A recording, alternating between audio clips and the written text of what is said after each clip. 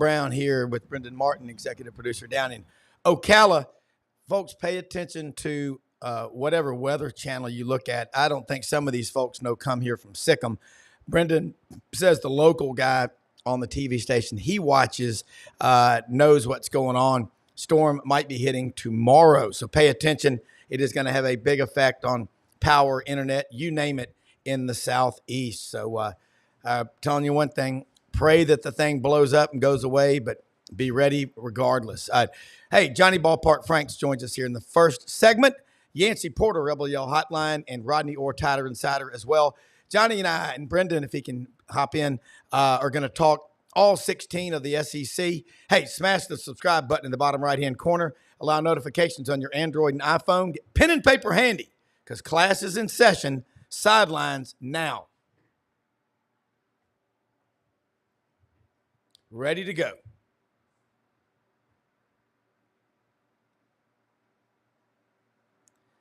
And I will hopefully we can get the signal. But folks, everybody's watching right now in the SEC. I mean, you name the school, you name the fan base, people are pretty PO'd about some of the teams, not all of them. Right now, Alabama, Georgia, Texas, they're about as happy as it gets. Missouri had quite a scare Saturday, double overtime to beat Vanderbilt. And I'm looking forward to hearing Johnny Ballpark Frank's take on what's happening with Vanderbilt. Johnny, I don't think a lot of people saw that one coming, but Doug Dean and the crowd on the Friday roundtable on this show, Doug was all over Vanderbilt in that game. And my 4 preseason teams, I had Georgia and Ole Miss playing in Atlanta for the championship, and Alabama and Missouri, my other 2 teams, in the top 4. Diego Pavia, that guy, that's a warrior, man. Every time he steps on the field, he says, I'm the best player on either side of the line of scrimmage.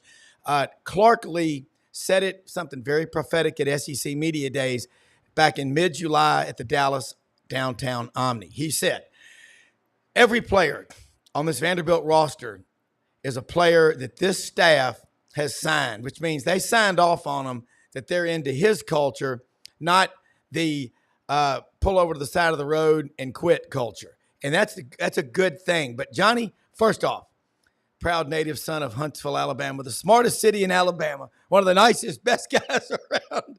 And how you doing, man? Welcome. Brendan's down there. I have the best producer in the world, but my God, he's getting ready for a storm. I hope that thing just does not hit, but they get hit in the Big Bend area way too much. Johnny, can't hear you. You might be muted. How about that? There we go. Much better. Much better. We'll make it work.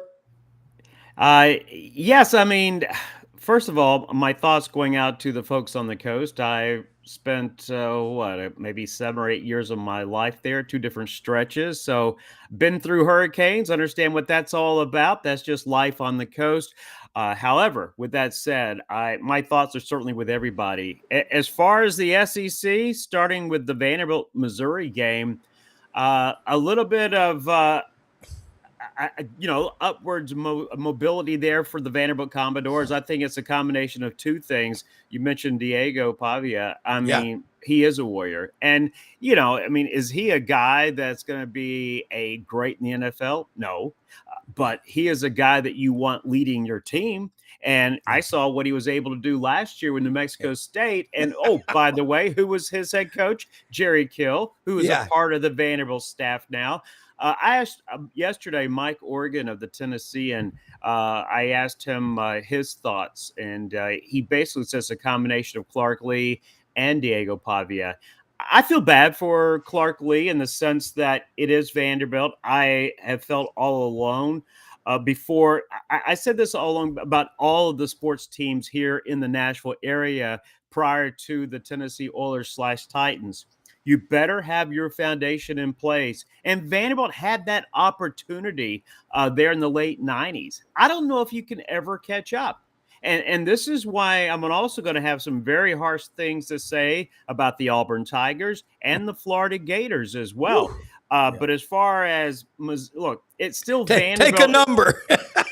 And for Missouri, it's one of these things. Are they a good team? Absolutely. Have they played up to their capabilities yet? No. No. And that was the reason why they dropped in the AP poll. Look, they're still 11th, and that means nothing. Keep winning. You're gonna be in the 12-team playoff. Yeah. I'm thinking Missouri 10-2 still, but Missouri, it's still tough. We're talking. It's one thing to be physically ready for a game, but from the mental part and the emotions part, it's tough still to get up against Vanderbilt. People still see the name. I still go back to the South Florida Alabama game. You're not playing a Yeah. logo, you're not playing a brand, you're playing against the guy across the way. And unfortunately for Missouri, that also works in a situation when you see Vanderbilt. Look, until Vanderbilt becomes that team, Yeah. and I don't know if they can ever get there as far as depth in the SEC. It's still tough as a player mentally knowing you're playing Vanderbilt, and your first thoughts, one of the worst teams, they're like, if there is a Swanee of the SEC in the last 20 years, it's Vanderbilt. Now they will occasionally be the team where you don't want to face off against them. James Franklin had a team like that. Even Derek Mason had a team like that. And then we get to the other side of that equation, the Auburn Tigers. I don't know how you feel about this, Rob. I was seeing some posts from Barrett Salee, a good friend of mine. Yeah. I disagree with Barrett with regards to it's okay to criticize the players. Whose fault is it? First of all, I threw out this, and I don't know how you felt about it, but as far as the Music City Bowl last year, the fact that Auburn was a no-show, down 21-0 before you could even get comfortable in your seat. And what did Hugh Freeze? Oh, I was out recruiting. It wasn't my game plan. Last time I checked, next to Hugh Freeze's name is head coach. Yeah. You're the CEO of that program. You're the head coach of a program that, from a football history standpoint, one of the top 20 football programs in college football history. 13th winningest of all time. Yeah. And you blame, and so is it the player's fault that your second option? And I had Hank Brown's dad on my show 2 Mondays ago. It's a great story. He's a redshirt freshman. Is it Hank Brown or the Auburn's team's fault that your second best option is a redshirt freshman quarterback, knowing you got a guy that transferred in? If you're using the transfer portal, you better have a guy that you're grooming. My question will be this. Who's going to be the next head coach for the Auburn Tigers? Because I'm staring right down a 4-8 record. And here's the thing. Look at how many teams are ranked. Look at how many teams are ahead of Auburn. And I don't want to hear about, but they've got a great signing class coming up. Do I see any signatures on a dotted line? How quick will these athletes go to somewhere else when they see a 4-8 record? Because here's the problem. You've got so many programs ahead of you in the conference, and you're playing catch up, and all these teams are ahead of you. How are you going to pass them if you can't out-recruit them? And do you really want to go to a program knowing if you finish 4-8 this year, which I don't know about you, but that's what I'm looking at right now from the record standpoint, knowing who Auburn has coming up. If they lose to Oklahoma this week, they will be 4-8. And how much faith do you have in a coach wanting to go there knowing, I don't know if he doesn't go this year, I don't know if he's going to be there at the end of next year. And I want to play for a team and a program, not knowing who's coming in as the head coach, and also from a standpoint of a guy that did not recruit me. And so I just go back to the point where, and Bo Wallace, who I've had on my show before. In fact, I actually called his spring game his senior year in high school when Giles County High School played Buckhorn High School out of Huntsville. Yeah. I've had Bo on my show before. We have the good Bo, bad Bo. He was a good Bo when Ole Miss upset Alabama in 2014. How much road have you been able to travel off of 2 wins? And remember, he cheated, speaking of Hugh Freeze, to get those wins. And I go back to, from a mileage standpoint, that was a long time ago. And look at how far the SEC has changed from 2016 to 2023. You may have been innovative back then. Remember, Alabama brings in Lane Kiffin. Nick Saban brings in Lane Kiffin, who knew nothing about the spread. And he says, hey, we're going to be running the spread. Go out and get some information. Now everybody's doing that, especially with the quarterback play. So that's my little take so far of what's happened in the football world. Look, Floyd, I love it. Floyd R. Turbo American from the Johnny Carson Show. We need more of it because here's where I see Auburn. Talent-wise, this freshman class that's playing right now is 180 degrees better than the upperclassmen that they have very few of. 2 years after Brian Harsin signed his first class, which he wasn't announced until Christmas Eve, so he missed the December signing period. The February of 21 class, 2 years later, only one player from that class was still on the roster, Jarquez Hunter. Hats off to him for sticking it out. And then he's barely getting to carry the ball this year. I don't know the answer. I have theories, but what I see with Auburn is 14 turnovers in the first 4 games, and in the 2 losses, a combined 9 turnovers, 9 or 10. You're not going to beat yourself in your A-Day game with that. That's horrible. Now, common trend, Hugh Freeze. If you're going to criticize your players, you do that in private. I am anything but woke piece. No, I am old school, which is the right way. But you handle it in private. When you beat somebody down in public, you're not doing them any good. They don't do that in Ranger School. They rarely yell. They save it for special occasions. What he should have said was, that's on me as a head coach. I get paid almost $7 million a year to win and fix this. That is on me. I will take care of it. We've got issues. We'll work those out. I've got to produce a better product. I can't imagine what it's like for fans because we keep beating you over the head for more money for season tickets, more money now for NIL and all this other stuff. That's the frustration comes from. If Auburn can cut the turnovers out, which is a big if because that's a pattern. I think if you can do that, you're a chance to win in any game. But if you keep these turnovers, which boy, that's a bad trend. You're not going to beat anybody. And this recruiting class right now, they've got to hold that one together because there is such a gap between this freshman class and upperclassmen. I've never seen anything like this at Auburn in terms of the gap between the freshmen and the upperclassmen. And trying to bring in guys in the transfer portal, that's a quick fix. That's a Band-Aid. But major surgery is required to fix this. Look around the league. Take a look at what Georgia does with Kirby.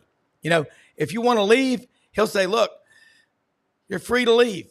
But if you stay here, the chances are we're going to develop you. You got a better chance to get hopefully they're saying to get your degree, to get a speeding ticket or 2, and get to the NFL. But I'm with you, Johnny. And I look at around the league, Billy Napier at Florida. Let's get to Billy. That one, first off, you can't let the AD, who anybody will tell you, Franz Beard will tell you, Brendan, Scott Strickland's a great fundraiser. But I wouldn't want him picking another football coach. They've got to fix that. But you're right. Life in the SEC is so competitive. And now we've brought Oklahoma and Texas to the party. It's going to be even tougher. So if you fall behind now, you could have conversations about things you don't want to have conversations about. Let's talk about Florida and Billy Napier. I blame Steve Spurrier, actually. Now, Steve Spurrier got it when he got the job at South Carolina, and he looked around knowing that you needed the $1 million boosters, and he didn't have any. I think he had one. And then he Yeah, started winning because he got in the double digits of $1 million boosters. I blame the fact that Steve Spurrier had the power. Remember when the '90s it was dominate, like now it's Alabama, Georgia. In the '90s it was Tennessee and the Florida Gators. Whoever won that game had a path not only to the SEC championship but also a path to a national title opportunity as well. But Steve Spurrier had the opportunity when he was head coach with the power that he possessed to be able to get Florida on that path of great facilities. They didn't do it. They underspent. Same thing with Urban Meyer. And I mean, now you're talking about getting facilities that are equal to Vanderbilt. And this was just 2 years ago. So at what point, and look, you look at the coaches after Urban Meyer. And you look at the fact that they all had at least one double-digit win season before yeah, things went south. yeah. But at what point, when you're the Florida Gators, yes, Billy Napier, there's blame to be put there and placed in his lap. But at the same time, what about, you mentioned about from a hiring standpoint, before we get to that point, you're still competing with all of these traditions inside the SEC, these places with wonderful facilities. Have you been to Alabama? Go back and look at pictures of Alabama before Nick Saban and look at Alabama after. Not just the athletic facilities, but everything on campus. And that's the Nick Saban effect and what he was able to bring to the Crimson Tide and to Tuscaloosa. Where is that in Gainesville? And so at what point do you stop pointing fingers at head coaches and you start pointing fingers at the school administration as well as the athletics director? And to me, that is where the blame goes. It is not just on Billy Napier in this situation. I still go back to the power that Steve Spurrier had. And surprisingly, he did not throw it around enough to get better facilities there in Gainesville. Well, and Brendan is pointing out, and he and his dad, Buddy, and the crowd, they Gatorbait Media, they know Florida better than anybody. Jeremy Foley did not do facilities. And remember Alabama back in the mid-'90s, Bob Backrath was the athletic director. He wouldn't let them spend much money on facilities. Remember, from 1997 to 2007, which included Nick Saban's first year, Alabama was they had 8 years where they lost, out of those 11 years, where they lost 5 games or more. They lost to Hawaii in 2003. So, and Northern Illinois. Yeah. And what you cannot do now is get all caught up. Here, Florida builds the Hefner Center, $90 million plus. Auburn builds the Starship Enterprise, the new Woltzote Center, which is fantastic, just in time for NIL. Okay. Now, there is 2 conversations that you have when a recruit finishes the visit and they're with their family in the coach's offices. There's really 2 words: how much and when do I get it? And I agree with what these people over here are saying. It's trying to build, you better build, though, a solid foundation for high school. But then you try to go to the portal, okay? You can try to do it. But anyone in the portal, what's the old saying about junior college, Johnny? If you're going to a junior college, you've got problems, grade problems. You pick them, okay? When you keep digging into the problem bin, you're going to have problems with these kids. And here's where we're in trouble. Damn it. Jeremy Foley was tighter than a clam with lockjaw when it came to spending money at Florida. He was Eugene V. Krabs from the Krusty Krab on SpongeBob SquarePants. He was the only one who could decide to spend that money. Florida's got money. Auburn's got money. Georgia's got money. LSU, Arkansas, for God's sakes. I mean, when you look, all it takes, though, you start winning, the money comes. But when you're losing and you're spending money just every day on everything, and you've got all these analysts and all these coaches, and you're not winning, I agree with what George over here says. I can't believe Auburn fired Gus. Well, I don't believe that, but they had to do something because he wasn't recruiting to hire Freeze. But his point was, I can't believe Florida fired Dan Mullen to hire Billy Napier. Johnny, you know Florida. Remember, the first 3 years Mullen was at Florida, didn't they go to 3 consecutive New Year's Six bowls? And in the 4th year, when asked about recruiting, he said, we'll talk about recruiting when it's recruiting season. That set off a panic attack. Absolutely. And you know what? It never pays to panic. I mean, Chris Doering, and I love Chris Doering. He was on SEC Network Saturday night with Dari Noka. We had him on the show a couple of weeks ago. What a champ. I love that guy. And Ben Watson, straight up, love him too. 17 years in the NFL, just a good American. I love this guy. So, bottom line is they're both looking like a deer in headlights when they saw Freeze's comments about his players after the game. And Chris Doering goes, if I'm an Auburn fan, it's time to push the panic button. You don't have a quarterback, and it doesn't look like you have a backup. You better do something. And Ben Watson was like, he looked like he just had his fingernails pulled out. And he said, I've been on the receiving end of that before on both ends. There is no quicker way to separate your locker room than to hammer your players in public like that. All the great coaches, Bryant, Vince Dooley, all of them, they did it, but they don't trust me. They did it, but they in public, they took the blame. Leaders eat last. That's Bolick 101. Johnny, I like Brendan. Brendan's got a question he has for you. What's your take on how Florida is handling the Billy Napier situation? Because you're a wise man from, of course, the Rocket City. Well, I think, what do you want to do in that situation? Do you want to get fired if you're the president or the AD at Florida? No. So what do? It's Billy Napier's fault. He's the CEO of the football team, because you don't want eyes pointed at you. And we go back to what you just said, as far as leadership qualities. I don't want a leader not accepting blame for situations. I don't care if you're a head football coach. I don't care if you're a CEO of a company. I don't care if you're the president of the United States. You are responsible. Don't be saying, oh, it's not my fault. I'm doing a great job. It's everybody else. No. And yes, I know what that, if you hear me and you hear my words, you know where I'm directing that at, from all aspects of life. Yes, the alarm bells should be sounding. I go back to ESPN. They were showing Hugh Freeze prior to the Cal game.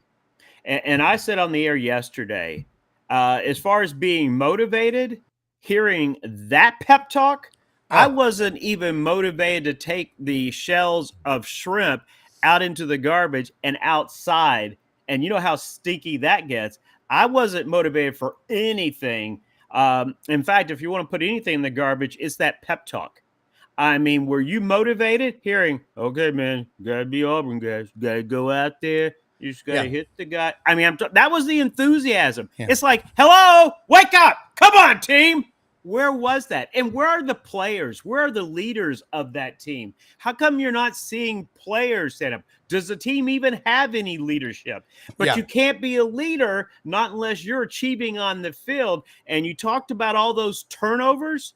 Yeah. What is historically wrong with the great offensive guru as Hugh Freeze over the years? Bo Wallace was making some excellent points about the fact that his play calling leads to a lot of turnovers, leads to a lot of interceptions. Is it the quarterback's fault necessarily all the time? Or maybe, just maybe, it's also the play calling where the plays are being called. Yes, you will have some success. At the same time, though, if you're forcing plays because you're calling plays against defenses that you shouldn't be doing, then, I mean, I go back to that second win over Alabama. A couple of things. Bama fell behind early at home, stupid turnovers on kickoffs, etc.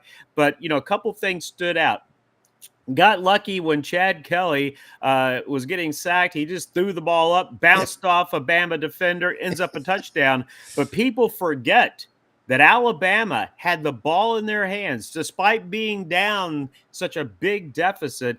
Ball in their hands where a touchdown would have won that particular ball game. Yeah, Johnny, look, there's so many different takes people can get on this, but I'll tell you, if you are the head football coach, Hugh Freeze, you name it, you cannot be Debbie Downer. You have got to project confidence. Bow your chest out. Look like a man. Shave. Take some pride in how you look, for goodness sakes. And you give this talk to your team before they run through that tunnel at that stadium. It is a state university funded by the taxpayers of whatever state. You take the pick. Vanderbilt's the only private school. And you remind them, you are living a lot of people's dreams. You are so privileged and blessed to put on this Florida jersey, this Auburn jersey, this Ole Miss or Arkansas or LSU jersey. You name the school. It is an honor and a privilege. You know what? A lot of y'all were born on third base athletically and think you hit a triple. You've got to remember what it took to get here. You've got people out here, thousands of them, that sacrifice and give up things so they can buy tickets to come watch you play.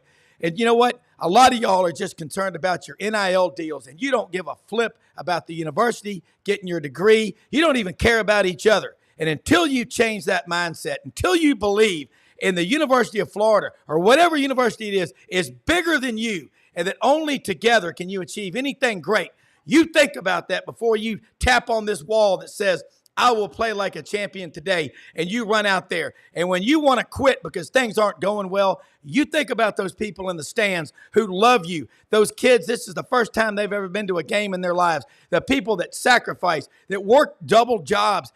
You wouldn't believe the stories. We all know them of the fans. Yeah, you've got your big donors, but most of the people they're just scraping it to make it happen. And you better thank God that they care, because when you quit getting the stands full and apathy sets in, you're done. So you remember that today. When things don't go right, you better find excuses to win. Let's get out there on the field and let's kick some ass today.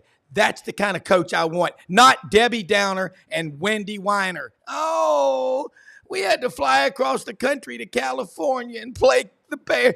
Embrace the opportunity and say, what a great opportunity to go across the country and put this brand out in the Bay Area. What a great opportunity for the kids. I am so fired up, I can't sleep. Instead of complaining about the travel, you're getting $6.5, $7 million a year. People would crawl on broken glass naked for 20 miles to make that kind of money. Good I got God a couple Almighty. of takes. I got a couple of takes. First of all, I saw Charles Todd Sullivan. I guess he's now a psychologist because he thinks I'm insane blaming Steve Spurrier. Charles, what I meant by blaming Steve Spurrier, of anybody in that situation, Florida in the 90s, Steve Spurrier, a former, we're talking about a Heisman Trophy winner, Florida's first Heisman Trophy winner, making Florida relevant as a head coach there when Florida was not relevant as far as football. He had the power, and I understand it's a land grant situation, and I get all of that. He had the power to move mountains, and yet he didn't really push it. It's like, okay, we'll keep on winning. And why necessarily? Well, how about the fact that, at that time, he could get the players. He could tell, Danny Warfel, why go to Florida State when they're already winning? Come and play for the Florida Gators and help us get our first national championship. That was the conversation. And he was able to get those players. So if you're having success, are you really going to push and do the extra effort? Going back to Hugh Freeze, he spent so much time and so many years looking for that next opportunity that's not a group of five program. He spent so much energy revamping his whole brand, per se. You wonder how much and what a toll that took on him. Meaning all that energy. We always talk about like teams that are behind in ball games and they spend all that energy to get back within a field goal or with a point, or maybe in basketball, get within a 3-point play. But they spend so much energy getting back to the equal part. Great point. Then you need that extra effort to get over that. And you just wonder where that is, where that energy level is. Is it one of these things, just happy there, you get back? It's almost like a minor league baseball player had a chance, had a taste of the major leagues, of the big show, and then you get sent back down and you spend all that extra energy, extra batting practice, extra fielding practice just to get back at that level. But then mentally, people keep forgetting the mental aspect of all sports. And even in the business world, same thing applies. You spend all that extra energy to get to that point, but then you have to really push it even further to have success. Auburn is so far behind now. Look at all the teams you're looking up. Auburn is now in the conversation with Mississippi State and Vanderbilt as the 3 worst teams in the SEC. Let that sink in.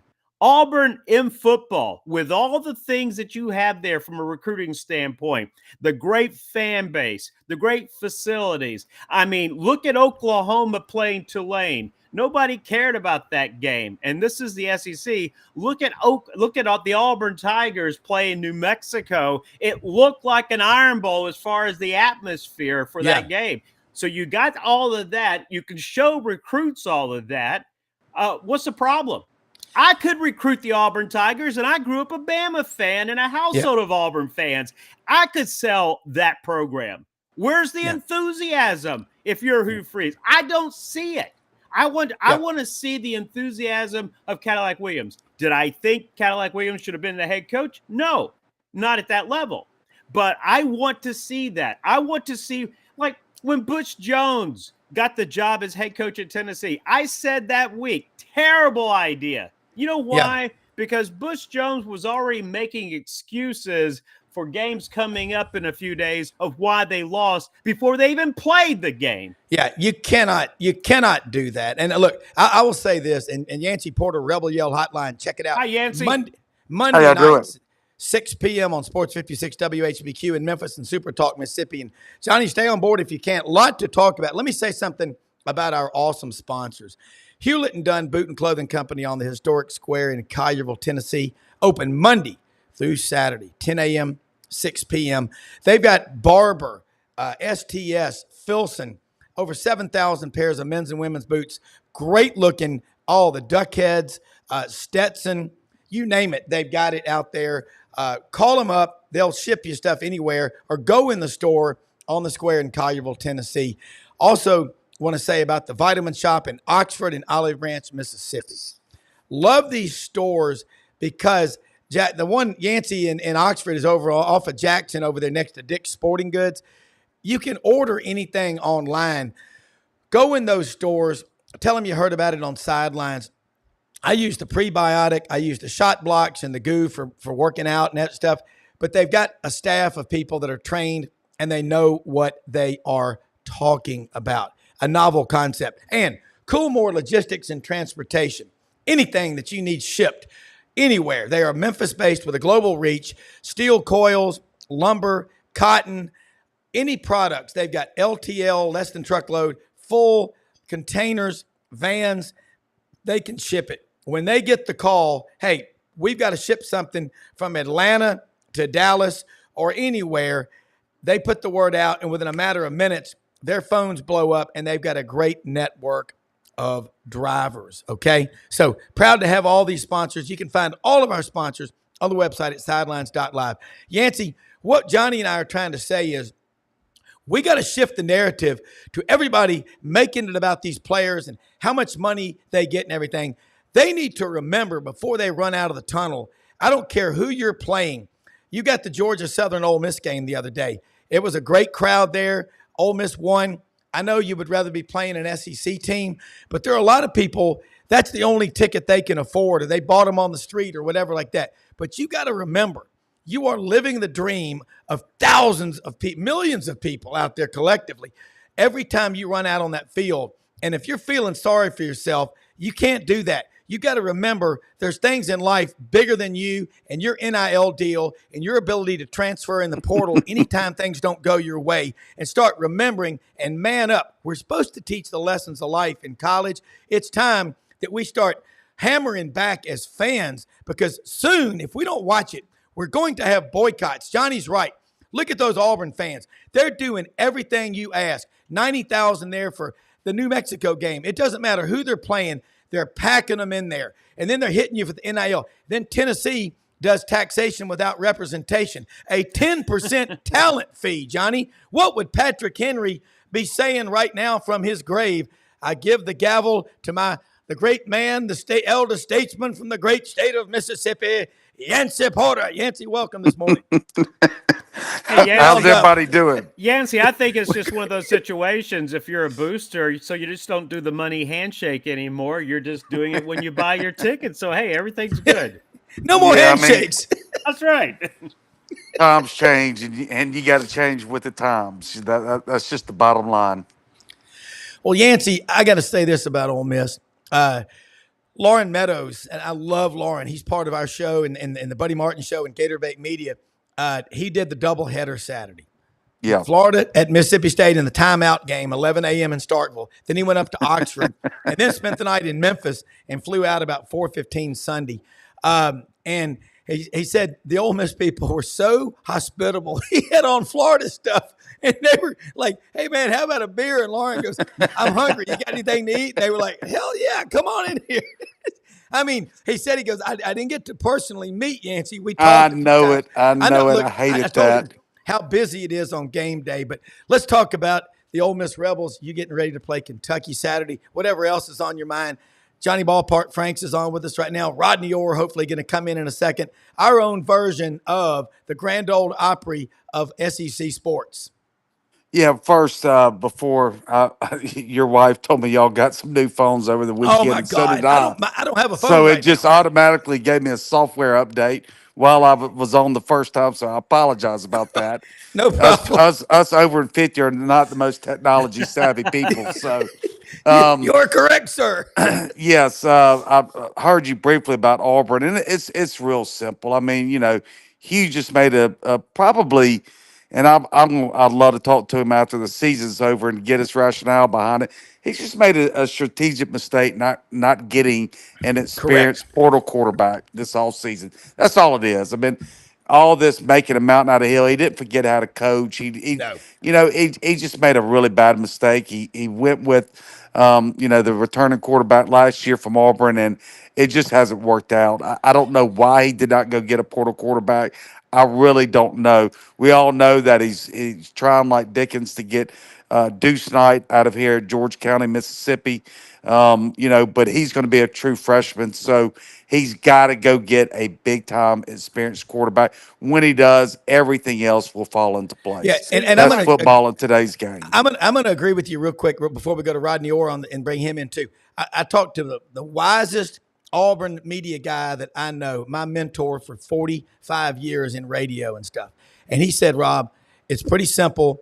Everybody's mad, but Hugh rolled the dice. He banked everything on Peyton Thorne being better. I'll go get him skilled players at wide receiver and all that stuff, and it'll work out. And it didn't. Freeze didn't forget how to coach. I'm just mad at him. Here's the thing. I know he's mad, but I wish he wouldn't show it. And that's the problem. I know some people like you and some other people that know him well. I'm trying to tap into his brain. I just, as a fan, in full disclosure, but I love all 16 of these schools. That's what's so fun about doing this show. You gotta look. You can't look down. You've got to look optimistic and show pride. Pain's temporary. Pride is forever. I got a T-shirt that says that, okay? Rodney Orr, Tighter Insider, it's only $48 a year since 1996. If you follow Alabama, if you love Alabama, and you want to be with somebody who knows the Crimson Tide, who is a straight-up guy, an author of a great book, Bigger Than Bama, just a great guy, great man, grandfather, father, Rodney Orr, Tighter Insider. Jump in here. We got Johnny Ballpark Franks in Nashville and Yancey Porter, Brendan Martin holding down. And say your prayers, folks, for the people in the Big Bend of Florida in the path of that hurricane. I hope it doesn't hit, but Brendan is as great a guy as there is. But Rodney, jump in here. What say you about this Alabama-Georgia game and the crazy state of affairs? But we love it. It's called SEC football. Too much coffee. Yeah, I mean, you know what? It's already been pretty hectic around here, with this game in itself, and now, you're going to have a visitor coming in. I'm just kind of looking at that perspective of it. When Donald Trump gets here, I mean, this is kind I got to look at it from a media perspective, guys. I mean, I'm going to have to get there about 4 or 5 hours early. Man. But anyway, yeah, no, I think it's going to be real interesting to see, just how Alabama matches up physicality with Georgia, because I think, that's what it's going to take. And really interested to see how DeBoer approaches this game, how they approach the game plan against Georgia, which is, defensively probably as talented or more talented than anybody in the country. Really physical team up front on offense. So just kind of looking forward to seeing how Alabama matches up. This is the game everybody's been pointing toward, I would say, up to this point. So far, Kalen DeBoer, there's a reason why he's 108, 107 and 12. You can go ahead and pack that extra one on. Do the Gazindas, the math, 108. There we go. But so far, so good. I mean, I don't know what's different from last year to this year, other than maybe the players are saying it's a little looser, a little more laid back, whatever. But it's all still about winning, isn't it?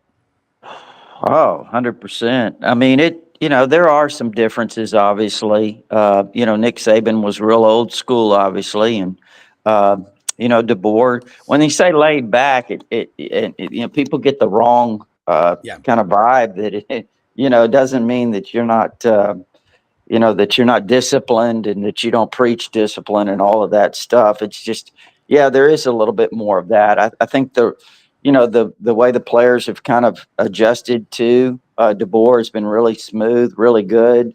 He and his staff relate to them extremely well. And I expect Alabama. Look, I think one of the things is, and you know what, I'll be honest with you. I get kind of scolded on TighterInsider.com often. I do a top 5 usually every Sunday or Monday or whatever in the SEC, and I've still got Alabama 5th in the SEC. Wow. And they don't like that very much. But the thing is, and I believe in Kane Womack. I think he's going to do an excellent job. I mean, this guy is really intense. I think he's got a plan. He's got a system he believes in. I think he's going to do a great job. I don't doubt that. But let's just be honest. I mean, right now, when you look at the secondary at Alabama, Nick Saban said it back at SEC Media Days. Everybody should know it. You've got a lot of young players back there. And when you see in the South Florida game, I counted 4 or 5 opportunities that South Florida had to hit big plays, that if it's Jackson Dart or if it's Nico up at Tennessee or maybe even Carson Beck, they hit those guys.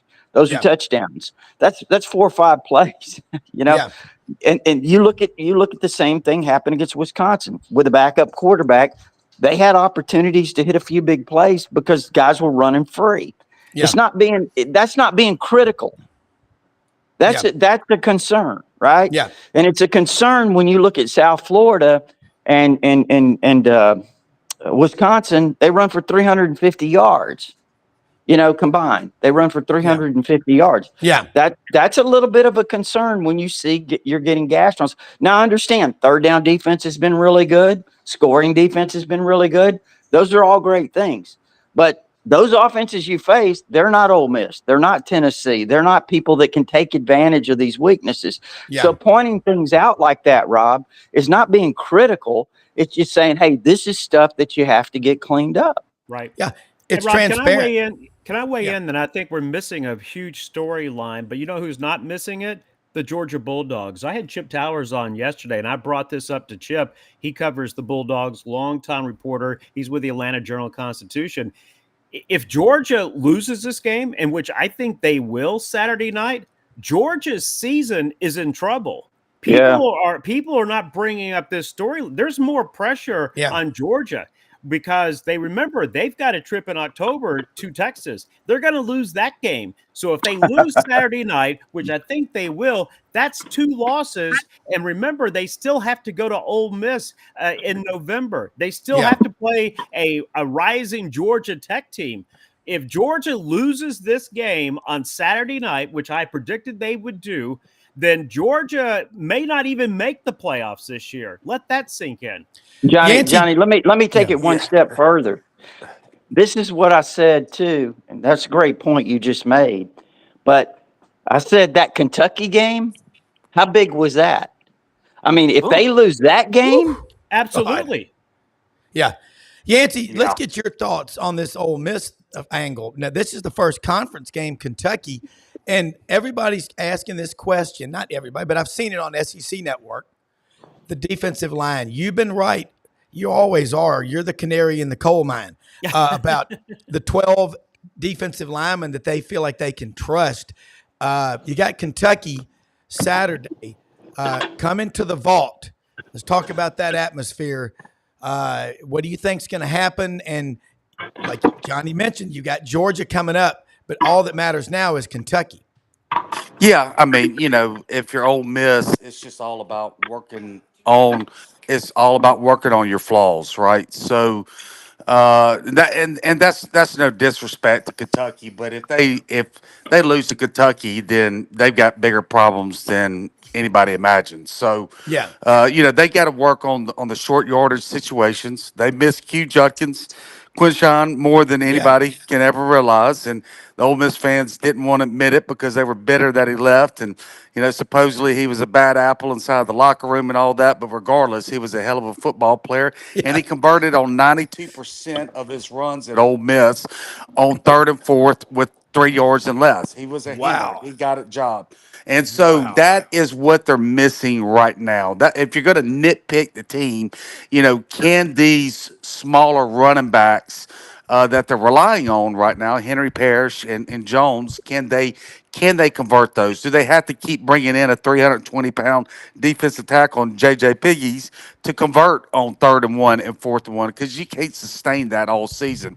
They've got Rashad Amos from New Mexico that transferred in that has been very little used this season, and he's a 245-pound back. When he has come in, he's looked good, and he's converted those. So can they get him more involved? And then finally, Bentley, the running back, I think he's got like 6 or 7 carries the whole season, and Yeah. nobody understands what's going on with that. So that's really what this game is about, honestly, is working on their weaknesses. And right now, if you're going to pinpoint one, it is getting physical when everybody in the stands, including your wife, next to you knows that you're about to run the football, and can you convert those third and fourth downs? Yeah. And I want to say this, George, Yancey and I both, neither one of us are saying Freeze shouldn't have gone out and found the quarterback. We're just giving our opinion that he rolled the dice and thought Thorne would be better with better players around him, but the same problems that are plaguing him continue to do it. And let me say this about J.J. Pegues. In my opinion, Yancey and guys, I think he's the football equivalent in terms of a big fella athletically of Charles Barkley. That's how good I think this guy is. So, your take on Rob, that, Yancey. But Or somebody. I was going to ask one thing about that. Here's the problem. I don't care what position you're talking about. To be a better football team, you have to push players in practice, right? Yeah. Yeah. Who is going to push Thorne? A redshirt freshman? A true freshman? You need to bring somebody agree. else in just to make you better. Maybe he won't be the starter, but he can make Thorne better just by the pure competition in practice. That is where Hugh Freeze made a major mistake. And I'm going to tell you right now, at 4-8, Auburn will have a new head coach in year 3. Next season, it will not be Hugh Freeze on the sidelines. Well, That would be a tragic mistake on Yeah. Auburn, and that would be so Auburn to do something like I that. know. Because let me tell you something, Java. Hugh Freeze can coach. He's recruiting his tail off. Yeah. Yeah. Get him a quarterback in there, and the whole thing they're singing about how can we keep Freeze. So just Yeah. I know he made I'm a with you. strategic mistake by not going to get a portal quarterback and forget pushing Thorne. to play right now. They need a, but it is what it is. They're Yeah. not going to fall from the sky out of parachute, and he's going to get one in week 5. He's got to go with what he has. So now he has to scheme around the weaknesses at quarterback. He's got some good receivers.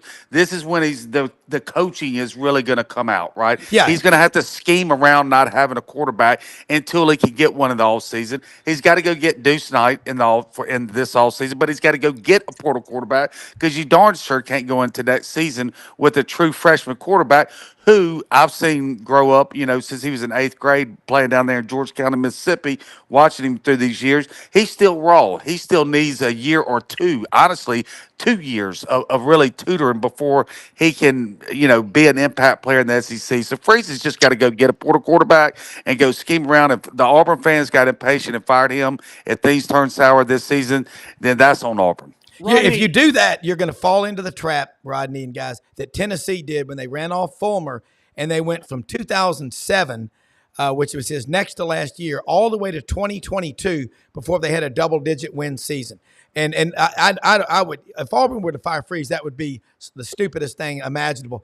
Look, he should have had a better quarterback, but he didn't. But that's what happened. And the recruiting and everything else he's doing, it's on fire. You've got to show progress going forward. Rodney, there's what they do. You put one mouse in there, everything's fine. You put another male mouse, they start fighting. You put a female mouse in there with 2 male mice, it gets pretty intense. How about that quarterback room at Alabama? My goodness, behind Jalen Milroe, you look at Ty Simpson, Dylan Lonergan. Talk about the depth over there because, man, Mississippi State lost their quarterback against Florida. Chapin, he's out for the year. I can't remember so many key players on so many teams. Harold Perkins Jr. at LSU, just out. Rodney, but you've got a hell of a quarterback room there. Let's talk about it. Well, I really like Ty Simpson. I really like Dylan Lonergan a lot too. Both of those guys, very smart. They know how to run the offense. They know the system pretty well. They've kind of adjusted to it really quickly. There's no doubt. Here's the thing, though. We can sit here and we can talk about, how much talent they have. They certainly have a lot of potential. The question is, or the thing is, they just don't have much experience or game reps or any of those things. So you never know how that they're going to respond if they had to play. And again, you think that they would probably respond well. I don't think there's any doubt about that. But still, it's just the experience factor, that goes with those guys. But the extremely talented, there's no doubt about that. You talk to people around and they say that, inside the building, they say that Ty Simpson is a guy that's going to be the way it was phrased to me, he's going to be a stud. He's going to be really, really good. And Lonergan, for that matter, has all the potential too. And they've got a kid they committed. Go ahead and mark this name down, Keelan Russell, who plays at Duncanville, Texas, who's a legitimate 5-star. He's got a little bit. He's 6'4", he's about 180, and he reminds you a little bit of Jaden Daniels. He's really good. He's really good. Well, and let me tell you, I'm getting a lot of comments coming in from these viewers. Absolutely accountability and transparency. You know what? I know it's a crazy idea, but I'm going to say it.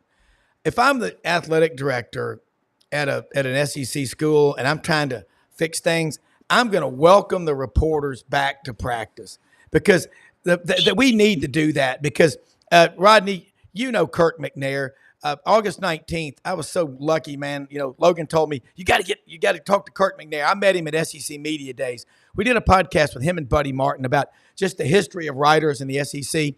He told a cool story about Coach Bryant. He said back in the day for 9 years, I was his assistant. Every day we had to meet. And everybody could come to practice, scrimmages, whatever. We had a Thursday practice that wasn't good, and Coach Bryant said, Kirk, nobody can come to practice. So I had to call every writer that covered Alabama, and it was a big, big, big group. No emails, no mass texts or anything. Had to tell them they couldn't come. Saturday, after the scrimmage, Coach Bryant walked over, leaned up against the goalpost, lit up at Chesterfield, and said, Kirk, where are the writers? He goes, well, coach, you said nobody could come to practice. He said, well, they're our friends. We need to get back to that. Yancey, you know, you and Rodney, and hopefully Yancey will be back with us. He's disappeared there for a second, but I just wish we would open practice back up to the writers so they can go to practice. And as a coach, you build relationships with these writers and they can help you out. Now they're just dropping by. A lot of the players, the same thing. You've got to connect to these people, gentlemen. There's a problem with that. And as a former sports information director and media relations director, the coaches, I mean, this is old school with the coaches. And Rodney, I'd love to get your take on this as well. It's not necessarily the reporters, sharing secrets. They're afraid that, who knows, maybe somebody pretending to be a reporter can steal signs or whatever the case may be and give that information. Coaches are so paranoid, and that's the biggest reason why. And I like to get your take on that too, Rodney. Well, I think DeBoer, I think if you kind of look at his history and talk to the people at Washington that covered him, he was a lot more open there. And I think his original plan probably called for him to be more open here. To get more access. Again, I'm not going to sit here and say I know what happened, but it kind of would seem to me that, he got talked out of it a little bit. That's a good point. Yeah. I think it's not the coach. I do think. And why is that, by the way? As our jobs, and I got into it in the 80s, my first job out of college, media relations with the AAA team for the Reds. And I wanted stories out there. I wanted more. If there was space in the newspaper, if there was places on television or radio reports, I wanted my stories out there because I knew I was competing against everybody else. I don't understand why these programs are so reactive instead of being proactive. Mm-hmm. And only time they're proactive, Rob and Rodney, I'm sure you will agree with this one as well. If there's bad news coming, guess what you also get? You get all those fluff stories on so many things else that you're hoping that you could take space away from the bad stories. Yeah. Mm-hmm. Yeah, Rodney, good points. I'll say this, and Johnny, I'm not familiar if you've ever covered Alabama or not, but it can. I do understand media relations perspective here in some ways. It can be a circus. When Arch Manning was being recruited, of course he took visits. It was Alabama, Georgia, and Texas were his top three schools, and Ole Miss was in there as well, just to some extent, but. Regardless, the guy at Texas made a big point saying, hey, when Arch Manning made his visit to Texas, there were cameras everywhere. People were all around him. It was kind of a media frenzy. But he said, look at Alabama. He said that should tell Arch something. There's no media people there. There's nothing. There's no big deal. Of course there wasn't. Nobody was allowed to do that here. Nick Saban closed this thing down, and you just didn't have that kind of access, because if you did here, you talking about a media frenzy.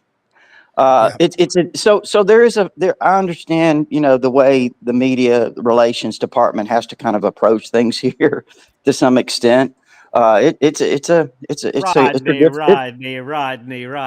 I go back. I'm old school. And I go old school in the sense that when I was 14, I was able to get on the telephone and the manager of a Crystal hand the phone over to Bear Bryant. And Bear Bryant says, hey, I know you can't get to where I am now, but I'll be at this hotel where I'm staying. If you want to meet me, I'll be there. So at 14, here I was already in radio. I was a weekend DJ. I was a stringer. 15 minutes, one-on-one, no handlers, no security, That's nothing awesome. except Bear Bryant and myself. And so if it was good enough for Bear Bryant, if it was good enough for Bobby Bowden, had his telephone number in the phone book. You could call Bobby Bowden up anytime you wanted. It was right there for anyone to call Bobby Bowden. And then Eddie Robinson, the late great Eddie Robinson with Grambling, same situation. I was actually a guest on his radio show. So I don't want to hear about that you're first of all, let me say this, Johnny, and I appreciate what you're saying, but you're talking about pre-internet days, and I mean this thing is crazy. I think it's excuses, honestly, Rodney. You got to make time for the Rodney Orrs of the world. Well, no. Listen, I will say this. I understand that too. I'm saying that you understand why they have boundaries. I mean, you understand why they have some, because they have to kind of keep control of some things. And again, I don't know if you've covered. I'm sure you've covered a lot of big time programs. I've covered Alabama. I grew up a Bama fan and a household of Auburn fan. In Rodney, he's tough. I have all the greats on my show, all the guys from the 60s, the 70s and stuff from Alabama. So yes, I've covered Alabama forever. Yeah, it doesn't have to be this way. Well, and I'll say this too, and again, just to be clear, I think DeBoer has made himself very accessible. I like him. I know. I personally like what he's doing. He's made himself accessible. He talks to media. He gives out his cell phone number. He allows his assistant coaches to communicate and encourages them to. In fact, not only that, I think he certainly helps kind of promote his assistant coaches to have interviews in terms of being on radio shows and all of these things. I think he's getting bad advice. I think they're going back, well, Nick Saban did it this way, so we'll just keep it that way and limit those things. Like you, I think Kalen DeBoer loves doing those things. I go back to media days and teams that need to be like on Radio Row and taking advantage of SEC media days, the Mississippi States of the world, for example, and this to me is the culture of that media relations department, more afraid of what might be said or whatever. They keep their players and coaches away from some of those things, not taking full advantage of those opportunities. Well, Rodney, I'm going to give you and you and Yancey both. I mean, why? You're good guys. If I'm the coach, and I'll start with you, Rodney, and then you, Yancey's back, I would want you. I would want you at practice. Absolutely. Yeah, right? And I don't think Johnny's trying to be adversarial.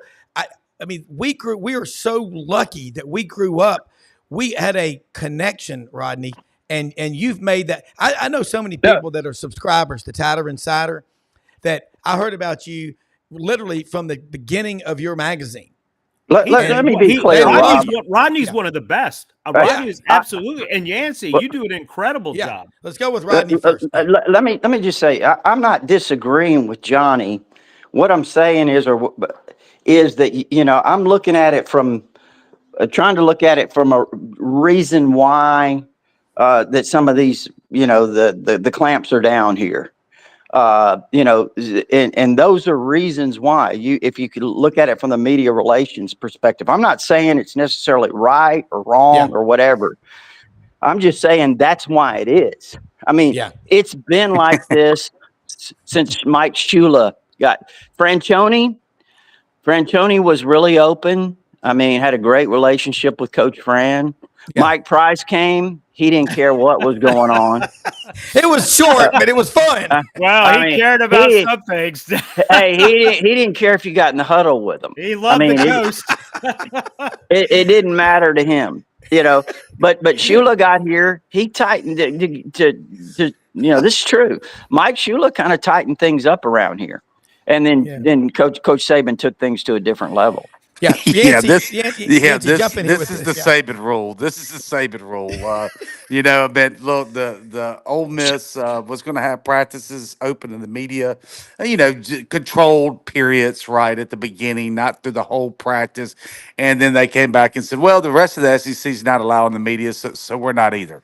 And it all started. And you're talking about getting stories out, but Saban showed that it doesn't matter how many stories you get out, as long as you win, you're going to get all the fan interest you want and people involved in your program. So Saban is a control freak. We all know that through a fault, but there's been nobody more successful than Nick Saban in the modern era of football. So the other coaches saw that, and we are where we are. You know, Lane models pretty much his whole program after Saban. So,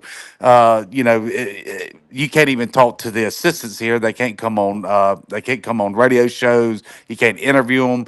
So I'm glad to hear that Alabama's now allowing that. Maybe that will. I don't know. I don't think it's going to change Lane's. I think Saban's model is ingrained to him for life. But look, you can't argue now. Look what Lane's doing at Ole Miss, right? It's having to total control of your program. Nobody's ever really had that in the modern era until Nick Saban, and now Lane has it at Ole Miss, and look how successful they're both are. So it's kind of hard to argue against it when you look at the model that Saban had, and then you have somebody that tries to replicate it in Lane Kiffin, and then he's having the success he had. So it's going to be hard to try to talk coaches into going back and allowing access and all that.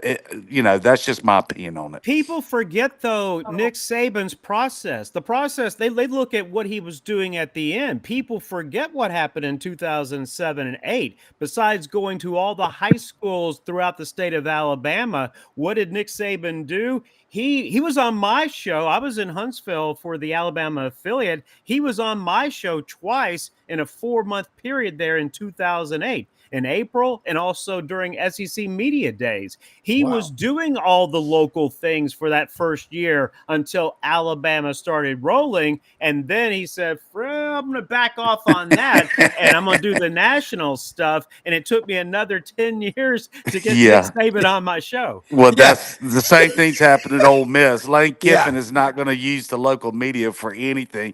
If he's going to talk, it's going to be to Lowe at ESPN or a national guy, right? He wants the national story, and that hurts a lot of local media people. But the local media people are just okay as long as he keeps winning like he is, because that puts money in their pocket. Well, look, football, Rodney, Yancey, Johnny, Brendan, everybody watching, is a big deal. The Monday Morning Birmingham Quarterback Club. I don't know of a better civic club in America. You know, this past season, last year, they gave out at the end of the season over $2 million to local charities. Wow. Let that resonate, guys. I love that. That and you know what? I'm in the Touchdown Club in Memphis. You got all these fan bases. Oh, I don't like you. I don't like your. You know what they do down there, Rodney? You know it, guys. Auburn and Alabama, they swap every year the captain of the quarterback club. 1 year it's Auburn, next year it's Alabama. They rotate back and forth every year. They pull together and compete to see who can raise the most money for charities. How about that, Rodney Orr, proud native son of Mobile, who lived for many years in Corpus Christi, Texas. But, man, let's get back here and talk some games. But, yeah, Rodney, what is the storyline going into Georgia and Alabama that we're not talking about, that we need to be talking about, that only the man who is Mr. Tyler Insider, and tonight at 6:30 with our good friend Gary Harris, WVUA TV 23, puts on a great 30-minute show. TGJ, folks, True Grit Journalism. And as Rodney says, what are we talking about? Well, Rob, I never know until I show up. It's like reaching into a box of Forrest Gump's chocolates. Mm-hmm. Well, I don't know about a storyline that's not being discussed, but I'll say this. It's going to be really interesting to see how Kirby Smart decides to defend Jalen Milroe in this game, because I think last year his idea was to use a couple of spies in that game, and I'm sure he'll keep it changed up throughout the game depending on the situation or whatever. But it's going to be real interesting to see what does Kirby Smart do to kind of adjust to Milroe. I think he probably feels like if. And again, I haven't heard him say this or whatever. I'm just guessing that he probably feels like if he had it to do over again, he might have brought a lot more pressure, and again, people get on Tyler Insider, they get offended when you point out what Michigan did defensively to come after Milroe, but it's what happened. And I'm not saying Milroe won't respond to it in a really positive way, because I think Sheridan and DeBoer put him in a good position, prepare him and have him ready. But that is something that I'm really interested in, is to see what does Kirby do to try to, defend Milroe, because The guy's unpredictable. I'm Milrow. You don't know what he's going to do. I mean, you don't know if he's going to pull it down. You don't know if he's Yeah. going to throw it 80 yards in the air. I mean, he's a tough guy to defend. Rodney, you said it last year before Milrow ever played his first snap. You said, with Jalen Milrow and Johnny, I know you want to say something, but you said something I'll never forget. You said, there's two reactions, guys. One will be, wow, did you see that? Wow. Yeah. And then the other one is, did you see that? So, and he's a Yeah. hell of an athlete. But Johnny Ballpark Franks, jump back in here, and then we're going to go back to Yancey for the big story in Oxford. By the way, Yancey, love the front cover of that Oxford magazine that you produced. You had the family, royalty in Oxford, I might add, of the Beacon, home of some of the best breakfast, lunch, food anywhere. You got to love a meat and 3 or an M16, a meat and 16 sides. Johnny, jump in here. Yeah, Ronnie, I I love have two it. quick questions. I'm sure the Bama fans want to know the issues, and especially in recent years, with it's not the penalties from effort, it's the penalties from a mental mistake. And Yeah. then the other thing with Kirby Smart, you covered him when he was at Alabama. These coaches, they don't think about, for example, the one win Kirby has, winning a national title. What haunts these coaches is what they could have done differently in the losses. And they're starting to add up for Kirby Smart as head coach with the Bulldogs against Alabama. And it makes you wonder how much in his head he's second guessing himself about. And I think that is going to be a big factor coming into this game on Saturday night. Well, Yeah, I think that's a great point, and that's something I've really thought about. And people say, well, all the pressure's on Kirby, and maybe so. I mean, if he's 1-6 against Alabama, loses to DeBoer in that first game, that's not good, obviously. But here's what I would say, and this is what I believe about Kirby Smart. He is so much like Nick Saban, and he's learned so much from Saban. He's so process oriented. Yep. Yeah, he knows about those losses, but I think he's like Saban. He takes those losses and he tries to learn, okay, what is it what do we have to do differently? Those other games. So I think that's what I was kind of talking about Milrow, maybe what is he going to do differently to try to defend him? But to me, he's so process oriented. I think he looks at it from a different perspective in terms of how he approaches it. I mean, that's just the way I feel about it. Some coaches may get tight around the collar. Maybe Kirby does. I don't know. We'll see Saturday night. But I still believe that he's so process oriented that he looks at it from a different perspective. Yeah, and I think the theme of this panel today, God, this is awesome.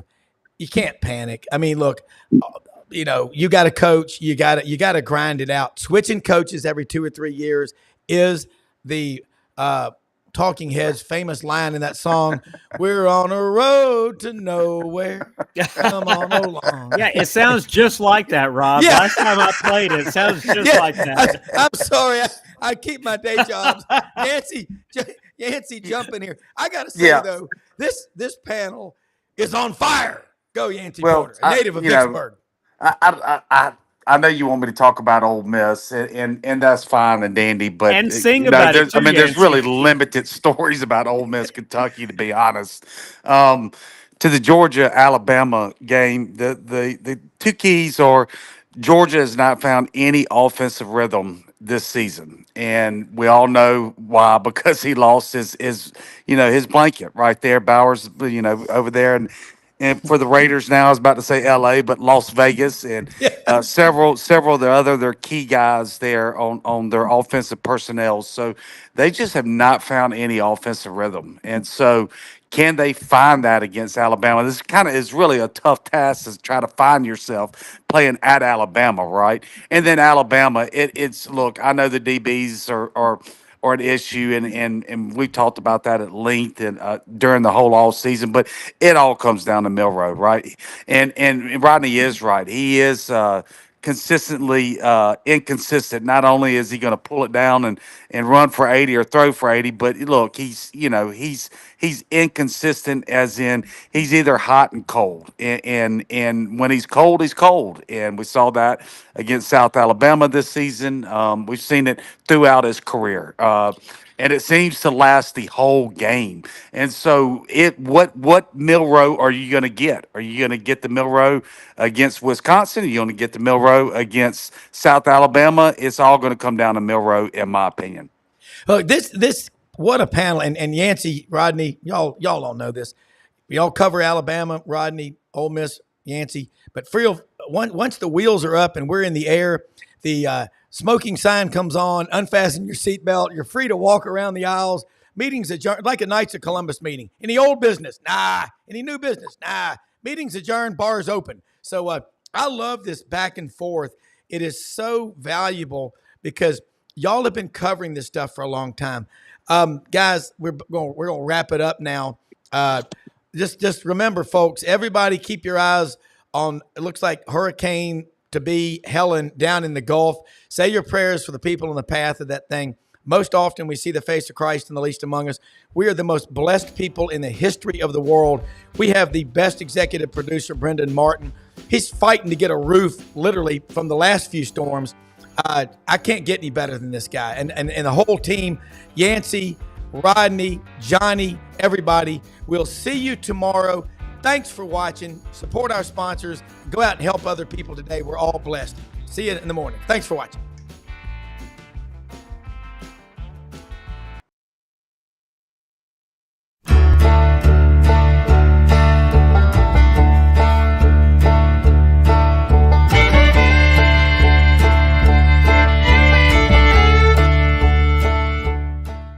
In a perfect world, you'd set a health goal and results would happen overnight.